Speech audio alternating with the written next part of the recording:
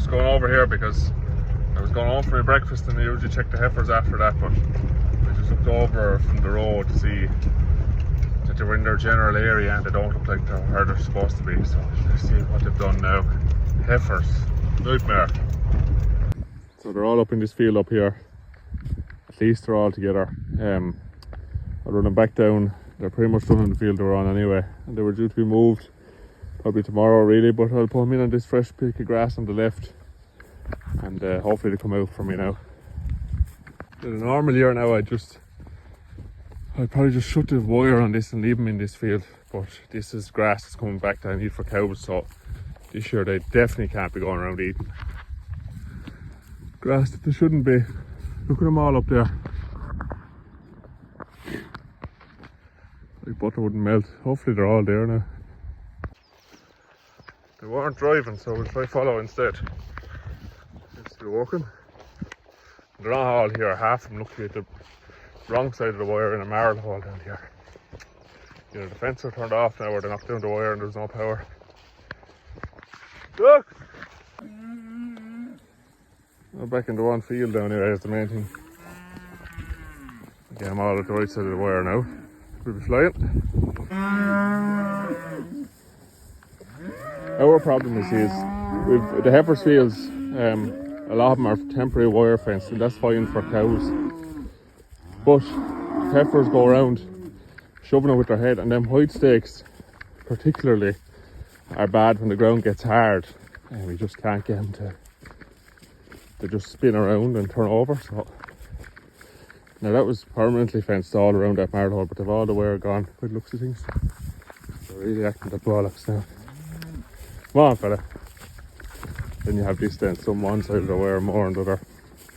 They're the worst animal to manage, heifers are.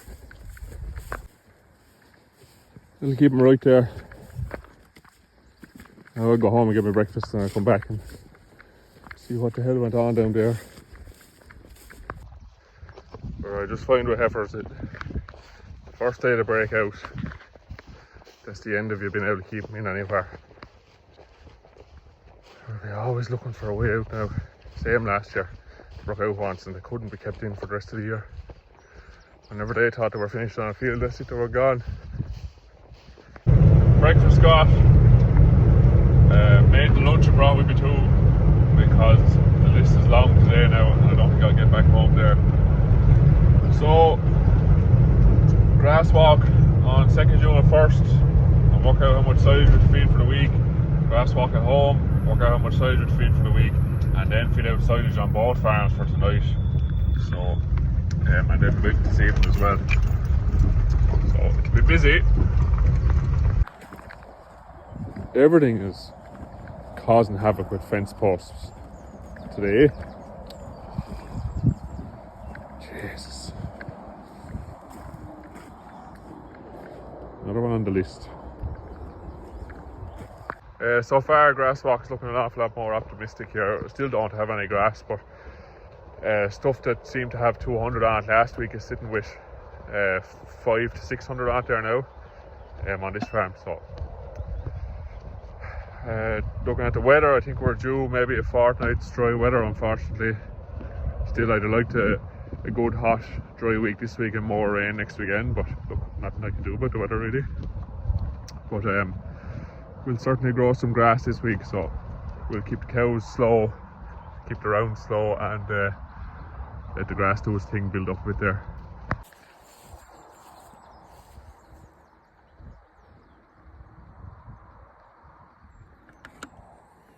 Finally, it looks like a cow field. Nearly 2 years later. You're on the patience of a saint for this job of time. That's a lot better than last week. There was the number 10 there at times. Thank God. Even if it's only for a week, we'll take it. The water system down this end of the farm is just... Every week come out for a grass walk. If it's not that chalk leaking over there, it's a pipe. Obviously, over there's serious water there. Obviously a pipe burst up here.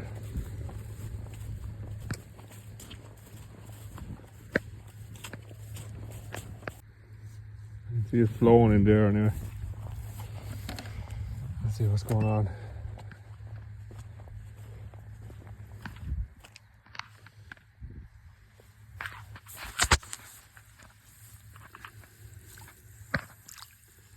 Looks like we have a joiner here. Oh Jesus. Nice.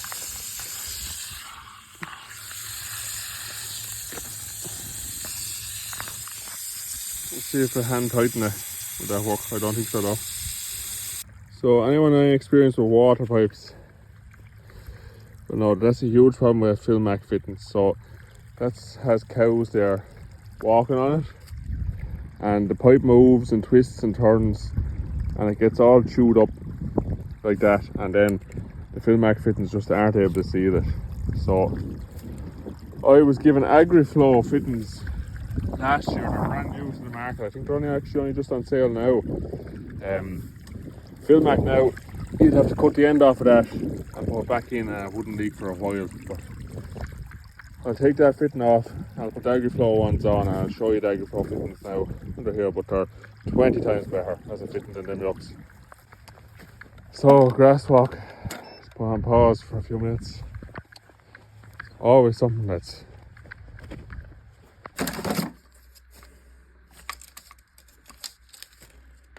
here they are. These fittings are totally different to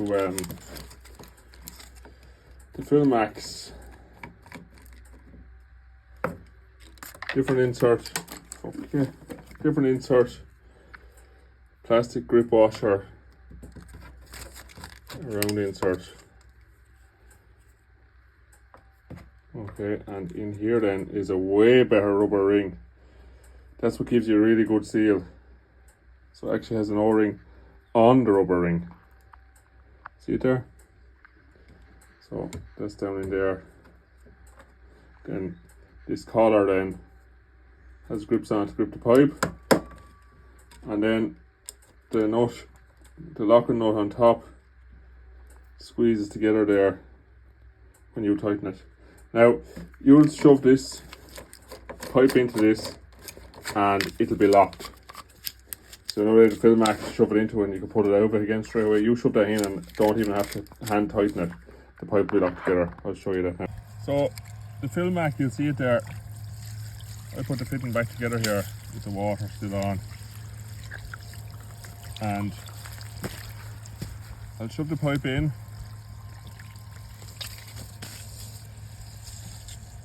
Right, the water's nearly stopped, and then when I get to the part of the pipe that's right, that's pretty much nearly sealed. When I get to the part of the pipe now that has the pipe, look, just fucking flowing out of it. So they're a waste of time. You'd have to cut that pipe now and shorten it to get it to stop leaking, and the pipe is not long enough to do that. So normally this would be a big job today now. So take this off and forget about scrap. That's what them yolks are in comparison.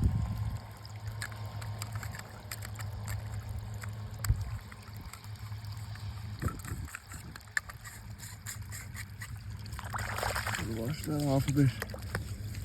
Like I said, the pipe is very scored now on both sides, but there won't be any problem to these fittings. Just loosen it off barely, and see what I mean now about this catching a grip, right? That's not, I haven't even tightened that, and I can't pull that off of that. It's caught straight away. Right, so shove it up all the way. Barely hand tighten it now. Loosen this side off and do the same thing. Shove it in, and that's caught. Barely hand tighten it, and that'll stop leaking.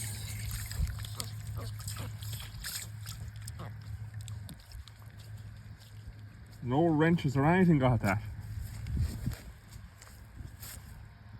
Perfect, sealed. And that won't go anywhere. Them are the ultimate fitting. Same price as the Filmac, same everything. Game changer for that job. Heifers went out through a spring handle, so when I'm over here doing the grass walk, better put in a new one. So grass walk finished on both farms. One farm is in a much better position than the other one. The home farm, which is right beside the sea, got a lot less rain and a lot more wind than the other farm, the out farm, which is about 4 kilometers away from the sea. It got more rain and got a lot less wind. So I'll put the wedge in here if I can for the out farm. The growth was between 40 and 50 there for the week, and the average farm cover is pretty much 400 there, which is a big jump up on last week. The home farm then, I'll put that in here, and it's not in a good position at all. Average farm cover there is sitting around 270, and the growth was 25 for the week, so exactly half of what the other one was. So we won't have as many bales to fill the gap on the out farm this week now, but the home farm is going to be pretty much the same as last week. Bales on top of bales on top of bales, so we'll just have to keep going for another week. The rain that came over the weekend, maybe that'll be enough that by next Monday maybe I'll have hit 50 here on this farm. But look, we've done all we can do really, and we just have to cross our fingers now and get on with it.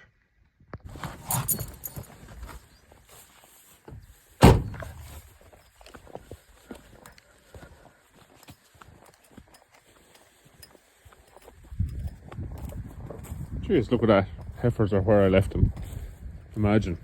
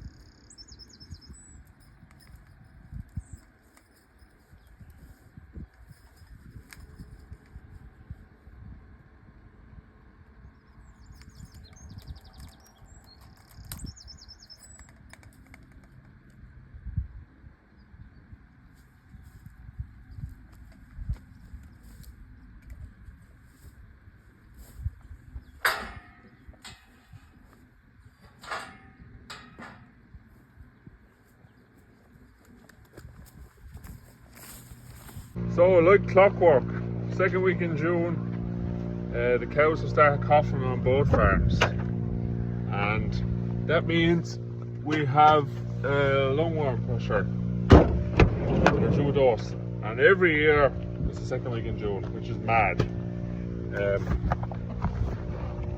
So this one we're going with Emperor Zero, standard enough. I think it's 60 ml a cow, and that'll clear them up.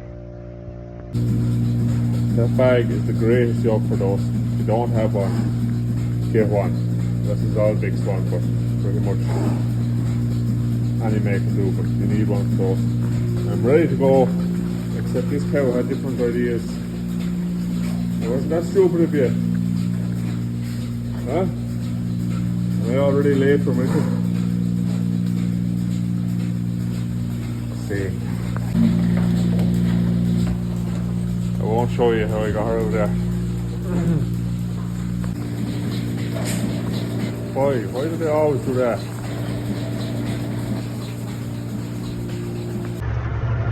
Feed out bales with me.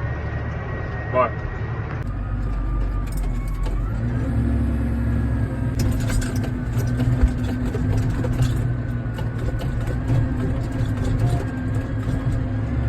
So with the recent weather, grass never really got started in 2024, as a lot of you know. We had too much grass in the springtime and it was too wet to get out and graze it. We got out then and mowed all the fields that were ahead of cows that you just couldn't graze, baled it up, and it hasn't really rained since. This means that average farm cover is extremely low at the minute. It's over on Patreon if you want to have a look. The low average farm cover is where the bales come in. So what can you do first? The answer unfortunately comes in here. The most expensive row of machines on the whole farm. You set your nuts up to a level that you're comfortable feeding and that you'll get a decent enough economic return. So you want to keep cows pumping in milk, but you don't want to overfeed and feed nuts because it's the most expensive feed you have on the farm. Our rate here we went with is 6 kilos, and I think a lot of people you talk to now, everyone's sort of into one boat. So with that sorted, where does that leave us in the field? The next thing we need to do is set our rotation length. We went with 25 days here, but you can go anywhere from 20 to 30. It's really up to you. Set the round for 25 days, and that tells you how much cover should be on every paddock before the cows go into it.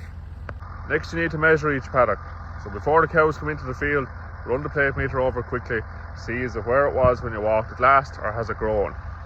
If it's grown, you'll need less silage. If it's where it was where you walked it last, it'll be the same as the plan you made at the start of the week.